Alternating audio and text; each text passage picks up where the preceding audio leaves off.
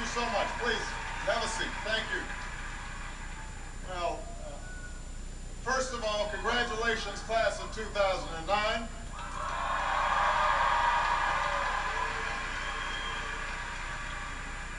Congratulations to all the parents, the cousins, the aunts, the uncles, all the people who helped to bring you to the point that you are here today.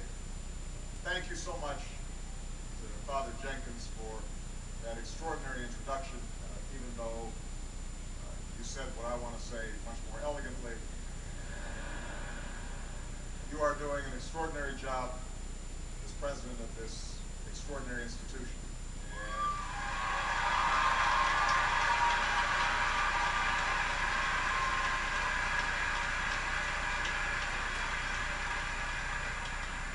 Your continued and courageous and contagious commitment to honest, thoughtful dialogue is an inspiration to us all.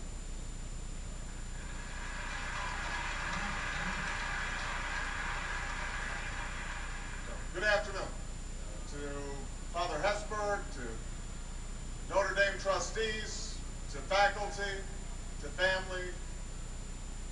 I am honored to be here today. And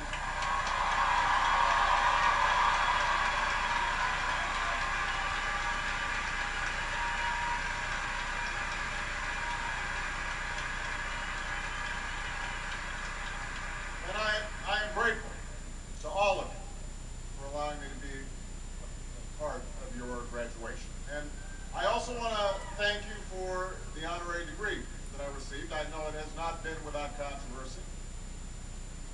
I don't know if you're aware of this, but these honorary degrees are apparently pretty hard to come by. So far, I'm only 1 for 2 as president.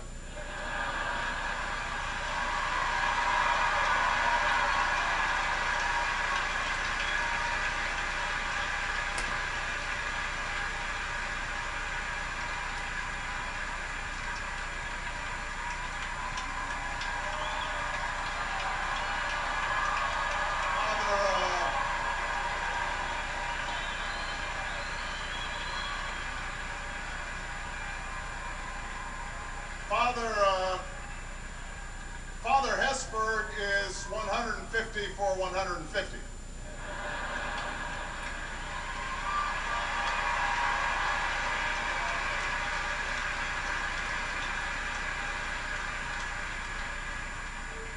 I guess that's better.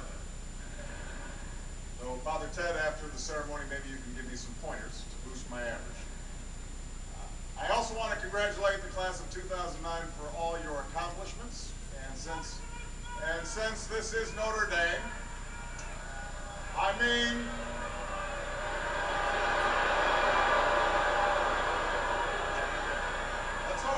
that's all right. And since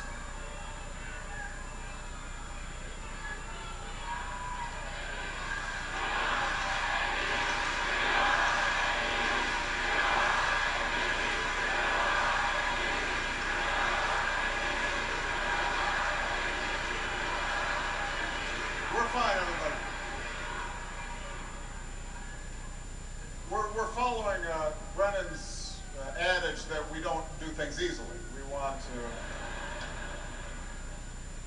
We're not going to shy away from things that are uncomfortable sometimes.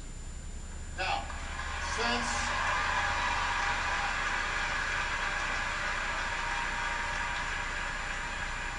since this is Notre Dame, I think we should talk not only about your accomplishments in the classroom, but also in the competitive arena. Now, don't worry, I'm not going to talk about that. We all know about this university's proud and storied football team, but I also hear that Notre Dame holds the largest outdoor 5-on-5 basketball tournament in the world. Bookstore basketball.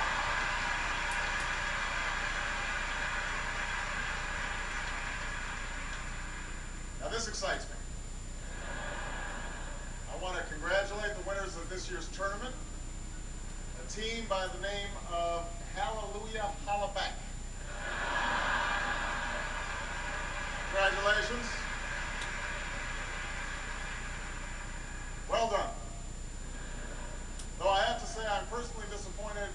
the Barak Oballers did not pull it out this year. So next year, if you need a 6'2" forward with a decent jumper, you know where I live.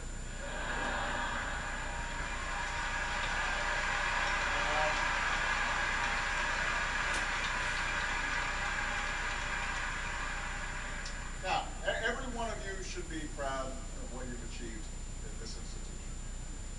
163 classes of Notre Dame graduates have sat where you sit today.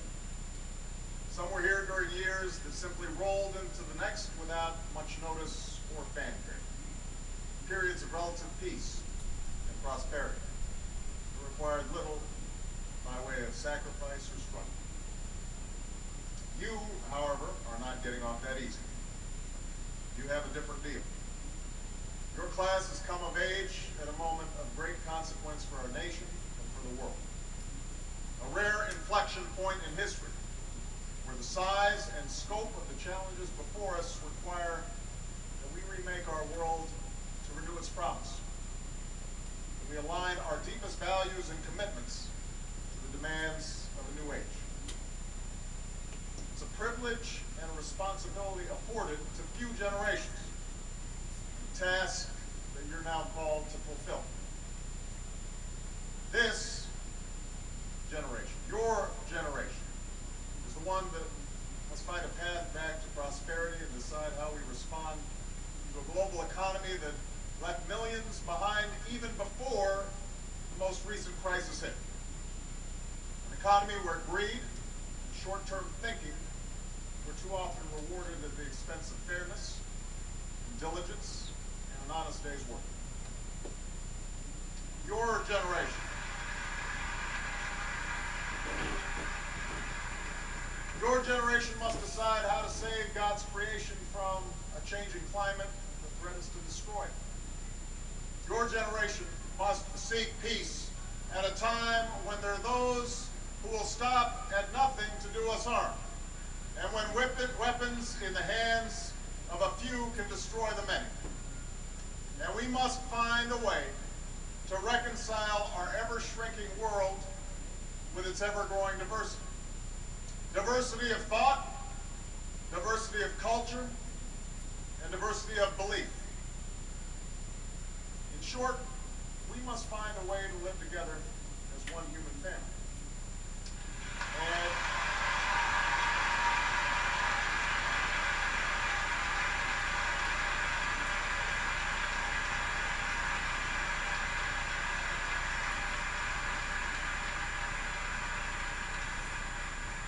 And it's this last challenge that I'd like to talk about today, despite the fact that Father John stole all my best notes.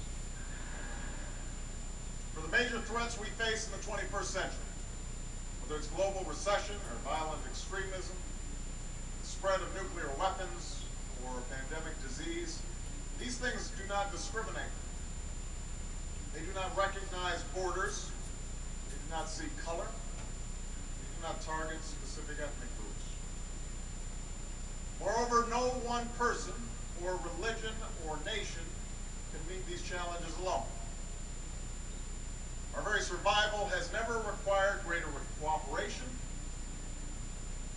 and greater understanding among all people from all places than at this moment in history. Unfortunately, finding that common ground, recognizing that our fates are tied up, as Dr. King said, in a single garment of destiny, is not easy. And part of the problem, of course, lies in the imperfections of man. Our selfishness, our pride, our stubbornness, our inquisitiveness, our insecurities, our egos, all the cruelties, large and small, that those of us in the Christian tradition understand to be rooted in original sin. We too often seek advantage over others. We cling to outworn prejudice and fear those who are unfamiliar. Too many of us view life only through the lens of immediate self-interest and crass materialism, in which the world is necessarily a zero-sum game. The strong too often dominate the weak. Too many of those with wealth and with power find all manner of justification for their own privilege in the face of poverty and injustice. And so for all our technological and scientific advances, we see here in this country and around the globe violence and want and strife that would seem sadly familiar to those in ancient times. We know these things. And hopefully one of the benefits of the wonderful education that you've received here at Notre Dame is that you've had time to consider these wrongs in the world. Perhaps recognize impulses in yourself that you want to leave behind. You've grown determined, each in your own way, to right